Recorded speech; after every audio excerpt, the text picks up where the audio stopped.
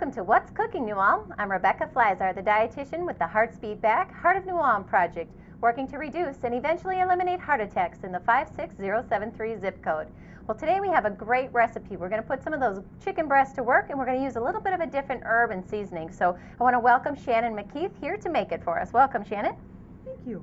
All right, so tell us a little bit about your recipe, and then we're going to talk a little bit about your involvement in the Heart of New Ulm as well. So tell us what we're making today and how you use this recipe in your family. Make a few modifications to it, right? Yes, it's a chicken dish with rice, and it's a good dish. The tarragon is what I really like, and you can add anything you want to it, and the wild rice is really good. Good.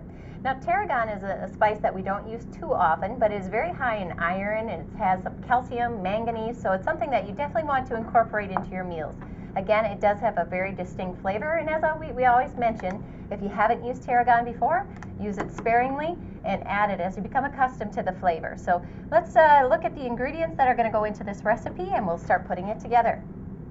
Well, we got 6 chicken breasts and celery, which we don't use. My husband doesn't like celery, but celery's good.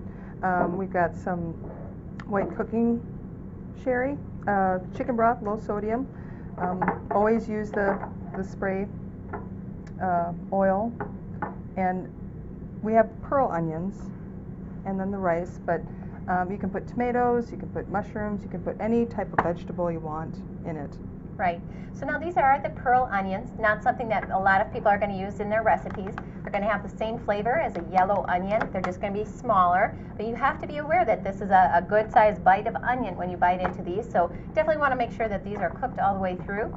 These can be found in our local grocers, and an easy trick for these would be to buy those that have already been frozen and peeled. It did take us just a couple of minutes to peel these little onions and get them ready to go. So about 1 bag actually yielded about the 1.5 cups that we were looking for. So a little bit of a time investment, but they're definitely worth it in their flavor. Yes. All right, so what are we going to do first? We've been cutting up the vegetables and stuff. We'll do that, and then you actually take the chicken, and I have a problem with boiling meat, but that's what you do with this. And with the chicken broth, you simmer it. Okay. And then with the tarragon and the onions for 10 minutes. Okay. Now just to let you know, we do have a long wild rice and then a brown rice mixture. This had to sit for about 30 minutes. So we went ahead and we added our cooking wine and our chicken broth to this, and it's been sitting now for almost 30 minutes, so it's going to be ready for its next stage. You're going to want to go ahead and do that at the beginning of your recipe so that you're ready to move forward once you have your vegetables chopped. Yep, and I've got 3 stalks of celery. That should be more than enough. Okay. And always wash your celery. Wash your celery and use a sharp knife, right? Yep, use a sharp knife. Now, Shannon, you have been chosen as one of our casting call members from the Heart of New Ulm. Why don't you explain a little bit about what that is and why you entered to be one of our casting call members? As an innkeeper, I cook a lot of rich food, which is wonderful for the guests. They're wanting to get away from the average or the everyday life. I put on more pounds than what I already had on, and going up and down 3 flights of steps was getting tough, so I needed to make some changes. Okay. in the way I ate and my physical activity. So. Okay. So your goal with being a casting call member is you've demonstrated that you've made healthy lifestyle changes, and you're kind of a work in progress. Is that where you're at, or have you Yes. reached your destination? Or? No. I've probably got 45 more pounds to go. Oh, okay. Yeah. Oh. So you're going to keep on it, and what the casting call members will do, we will be following along with them. You'll see frequent pictures of Shannon on our website and on other material, and you're going to get to find out what kind of changes she's making in her life to become more heart healthy and to be a better role model. You can go ahead and take those changes in and apply them to your own life as well. We have 4 casting call members. We already met Rhonda just last month, and now Shannon is number 2. You'll get to meet our 2 other casting call members in the upcoming months, so be sure to stay tuned and follow along with that as well. All right, so we've added the chicken broth, and that's what we're actually going to be boiling the chicken in, correct? Correct. Okay. And you can add like I said, different vegetables, whatever you like. And this should probably add this later to this. Otherwise it gets soggy. Yeah, the tomatoes. Well, tomatoes do tend to get a little bit soggy. You know, with the chicken, this is going to be a lean protein source. You're going to find that this is going to be filling, and yet it's going to be lower in calories than some of our other chicken parts. If you were to change this, remember we always eat our chicken skinless, and we look for those white meat cuts. Try to avoid our darker meat. It's going to be higher in cholesterol, and we know we're looking to reduce that cholesterol to be heart healthy. And the tarragon. The tarragon's right there. Whoops. Well, and with this, it's a different ratio for fresh tarragon versus dried. And I forget what it is, so we're going to half it. So if you have a teaspoon of fresh tarragon, we're going to go with that, just a half a teaspoon of dried, just a small amount. Again, we can use this to taste. So if that's something that you like a lot, it's really going to add some zip to that dish. So add as much as you need to on that as well. As she mentioned, you can use any kind of vegetables in this. It's going to add a lot of filler. The mushrooms too are going to change your flavor a little bit. So if you like that, go ahead and add those in. Other things that you could add would be your peppers. You could even add things like broccoli. Any of that's going to add really a lot of depth and a little bit of extra flavor to this as well. All right, so while we finish chopping up our vegetables, letting these heat up, we're going to go ahead and check in with Holly for Fit in 5. Welcome to Fit in 5. What do you think of when somebody says the word yoga to you or asks you if you've tried a yoga class? Most of us think that yoga is a really passive exercise where all of us are sitting around with our legs crossed, chanting a mantra, doing our ohms. But yoga is actually extremely beneficial for all age groups and fitness levels. Yoga promotes strength, flexibility, and balance all in one shot.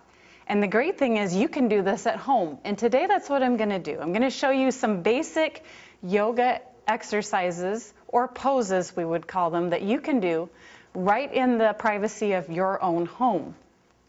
I'm going to go ahead and start in a basic position where my feet are just about hip distance apart. You can actually see not quite hip distance apart. And I'm going to walk my toes apart, lift up through my heels just to stretch to the soles of my feet.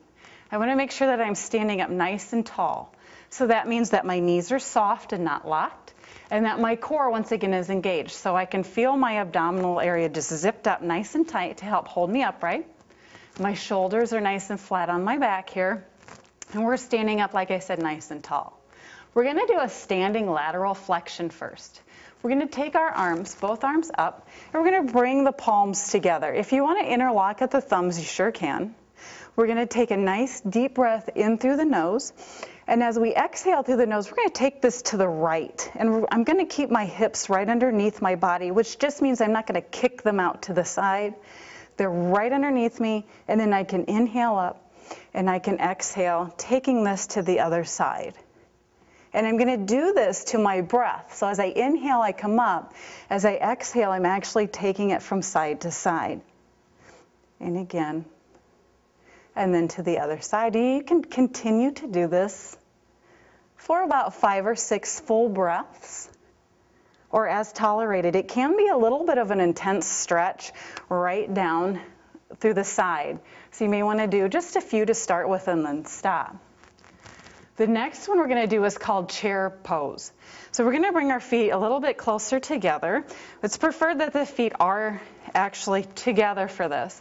And then we're actually going to bend from the hip flexors and take our sits bones back behind us, just like you're sitting in a chair, just like the name of the pose is chair pose. We're going to make sure that the chest stays lifted, and then we can reach forward with the arms, really extending through. I'm going to shift my weight back a little bit so I can wiggle my toes here, and I'm just going to relax the shoulders. If you want to look at from the side, you can kind of see where we're at. One thing that we see a lot of, and you want to be careful of, is not doing what I like to call Superman, where you look like you're flying. We want to make sure that the shoulders are back. And you can hold this 30 seconds, a minute, 15 seconds. If you haven't done a lot of this, you're really going to feel this through the thighs, through the quadriceps and hamstring muscles.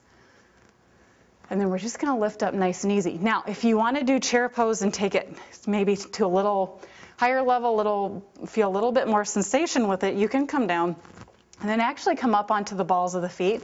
This is a balancing chair. And again, I'm relaxing my shoulders and then lifting up. And we're going to stand up again, back to that beginning position. The next thing I'm going to show you is just some basic warrior poses. We're going to start with taking the right foot behind us and the left foot is forward. We're going to make sure that the left heel is in line with the right arch of the back foot. And then we're just going to bend the left knee so it's right over the ankle. We don't want to shoot over the toes. We're going to stay right over the ankle.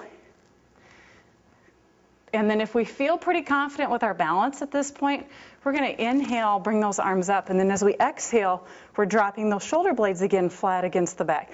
This is a warrior one position. And we're just going to hold this. We want to hold it again 15, 30, 45 seconds, up to a minute even if you would like. And then we'll bring it down and we're going to bring the feet together again. We're just going to do the same thing on the other side.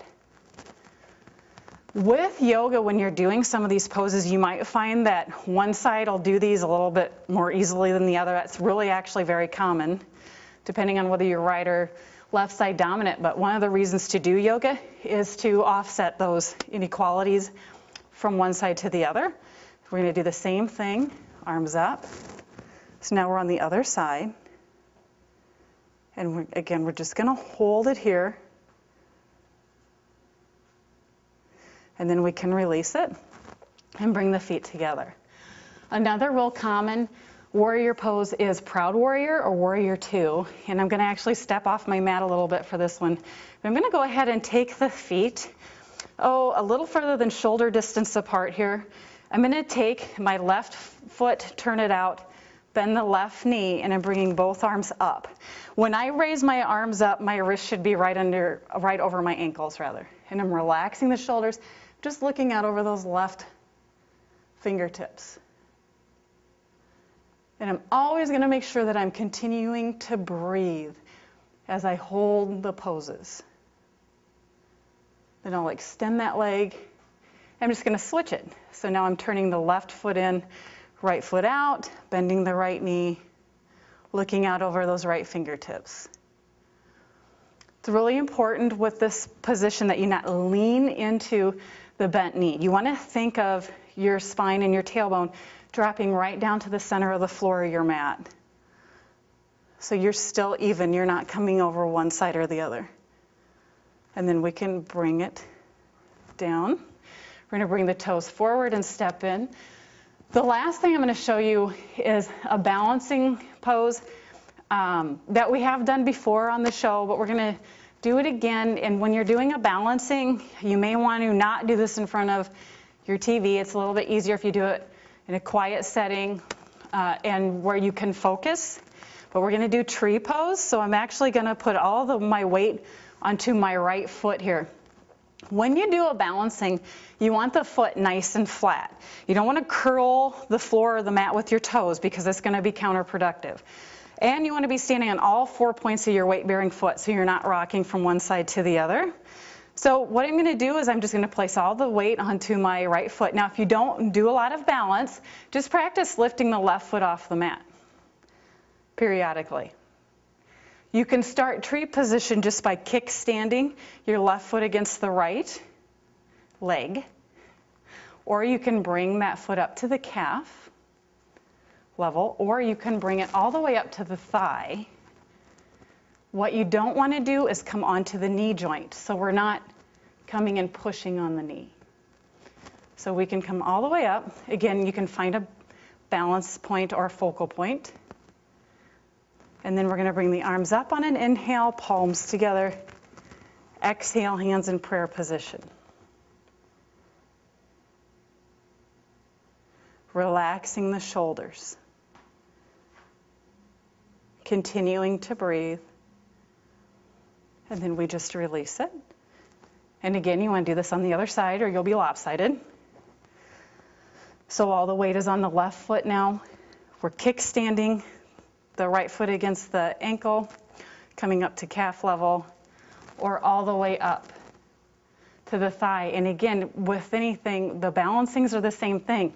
You may find one side will really do this well and the other side maybe not so much, and that's okay. Just keep working on it. Bring the arms up, palms together, hands in prayer position. At heart center, standing up nice and tall, shoulders relaxed. Hold it, continue to breathe, and then just gently relax and release. Doing some of these yoga positions or these yoga poses, again, can promote strength, balance, and flexibility. It's a good idea to do these a couple days a week at the very least. If you want a more intense yoga class, an actual yoga class, there's yoga classes all over the city. So give one of those a try. For Fit in 5, I'm Holly. Have a healthy day. Thanks, Holly. Make sure you're following along with Holly's tips and staying active. It's a great time to get outside and stay with those activities. All right, Shannon, let's see what we've done and where we're at with your recipe. Well, we cut up the chicken and we got it all simmering over here with the chicken broth. We put some mushrooms and the pearl onions and celery. Okay, so we've had that simmering for about 10 minutes. You're going to want to make sure that chicken is cooked through before we go on to the next step. So make sure all that pink is out, and that looks like it's about ready to go. So what are we going to do next? We are going to put some oil in the pan and this has got the sodium or the chicken broth and the sherry in it, right? That's right, the cooking wine, and we use the low sodium chicken broth. That's been sitting in there for about 30 minutes. It's been absorbed a fair bit, softened up our rice, and it's about ready to go into the oven. So we're going to go ahead and use the nonstick cooking spray just to keep everything off the bottom of our pan. Remember, this isn't going to add any calories. It does have a little bit of flavoring. You can actually get your sprays in different flavors if you wanted to add something like garlic or onion into your flavoring. Those are available as well. You don't have to buy anything name brand. Any of the sprays will work just as well. And now we're ready to go ahead and add this into our baking pan. Yep. We do want to make sure all of that liquid goes in. It's still going to be absorbed into the rice as it cooks, as it bakes. Now, as Shannon and I were visiting, this is just a regular packet. Does not have the seasoning to go with it. If you'd like to buy something like an Uncle Ben's or a prepackaged rice that has a seasoning flavor with it, you're welcome to do that as well. It's going to add a little bit of a different flavor to it for you. The cooking wine, along with the onions and now the celery and mushrooms, those are also going to add quite a bit of flavor to this dish as well. You can add plenty of color by using things like red onions or purple onions. You could add peppers, anything you'd like to add color to this too. This one actually looks quite good. Yeah. All right. Now this is actually going to bake at about 300 degrees for 60 minutes. So a full hour, we're going to add that in there. You're going to add some. Just put some of this on top to give it some color. Great. Another thing that would work in there too would be your grape or your plum tomatoes, just the same size as those little pearl onions. That would have a nice balance to it as well. Yes. Very good. So what we did was we went ahead and made this dish ahead of time so we could show you what our finished product is going to look like. Got it? Okay. Yeah. You do want to cover this before you put it in the oven. That will help with the browning and add a little bit of color to our dish as well. Good use of recycling there. You bet.